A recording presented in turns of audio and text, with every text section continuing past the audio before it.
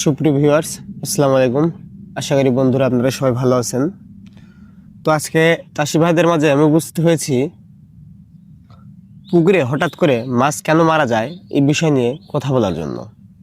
বর্তমান যে আবহাওয়া, বৃষ্টি প্রচুর পরিমাণে হতেছে, আবার দেখা যাচ্ছে মাঝে মধ্যে হঠাৎ করে রোদ উঠে যেতেছে। তো অতিরিক্ত বৃষ্টির কারণে অনেক পুকুরে বেশি ঘনত্ব থাকার কারণে পুকুরে অ্যামোনিয়া গ্যাস তৈরি হইতেছে, যার কারণে হঠাৎ করেই বহুত পরিমাণে মাছ মারা যাচ্ছে। বিশেষ করে যে পুকুরগুলোতে অতি ঘনত্বে মাছ চাষ করা হয় সেই পুকুরগুলোই রিস্কে বেশি পড়ে যেতেছে। তো এই ক্ষেত্রে আমাদের কিছু প্রাথমিক ট্রিটমেন্ট রয়েছে। আমরা যদি অতিরিক্ত পরিমাণে খরচ না করে, আমরা কিন্তু এটা স্বল্প খরচেই বা বিনা খরচেই বলতে গেলে আমরা এটা সহজেই সমাধান করতে পারি। তার জন্য আমাদের সব সময় পুকুর বিষয়ে মনোযোগী এবং সতর্ক থাকতে হবে। তো এখন বিষয় হইতেছে আমরা কিভাবে এটা সহজে সমাধান করতে পারি। পুকুরে দেখা যায় যখন অ্যামোনিয়া গ্যাসের পরিমাণ অতিরিক্ত বেড়ে যায়, তখন মাছগুলো পানির উপরে মাথা বের করে নাড়াচাড়া করে এবং কিছু কিছু মাছ দেখা যায় উলট পালট হয়ে হয়ে মারা যায়। এই ক্ষেত্রে আমরা প্রাথমিক ট্রিটমেন্ট হিসেবে কলার গাছ কেটে কেটে ছোট ছোট টুকরো করে দিতে পারি। কিন্তু কলার গাছে কেটার ভিতরেও অনেক রকম সিস্টেম থাকতে হবে। যেমন গাছগুলোর উপরে ছোলা এক পাট আপনার ছিঁড়ে নিতে হবে, মানে খোসাটা ছাড়িয়ে নিতে হবে।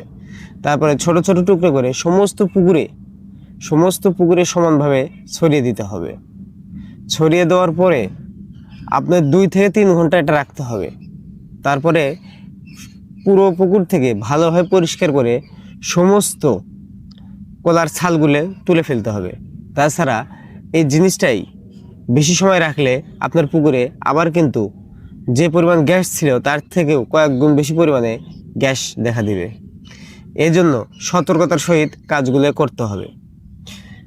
প্রাথমিক ট্রিটমেন্ট করার পরেও যদি সেই ক্ষেত্রে পুকুরে অ্যামোনিয়া গ্যাস যদি না কমে, গ্যাসের পরিমাণ যদি অতি পরিমাণে বাড়তি হয়ে যায়, সেই ক্ষেত্রে বাধ্য হয়ে আপনাকে ওষুধের ব্যবস্থা নিতে হবে। সেক্ষেত্রে আপনারা জিওলাইট, গ্যাসোনিল এগুলো ব্যবহার করতে পারেন। জিওলাইট, গ্যাসোনিল অনেকে দেখা যায় দুটোই ব্যবহার করা যায়। অনেক সময় দুটো ব্যবহার করলে আপনার খরচ কিন্তু বাড়তি হইতেছে, কাজও কিন্তু অতি দ্রুত হয়ে যাচ্ছে। সেই ক্ষেত্রে আপনি গ্যাসোনিল যদি বালুর সাথে মিক্সার করে শুধু গ্যাসোনিল দিয়ে দেন, তাহলে অতি দ্রুত কিন্তু সমাধানটা চলে আসবে। সেই ক্ষেত্রে আপনার খরচটা অনেকটা সাশ্রয়ী হবে।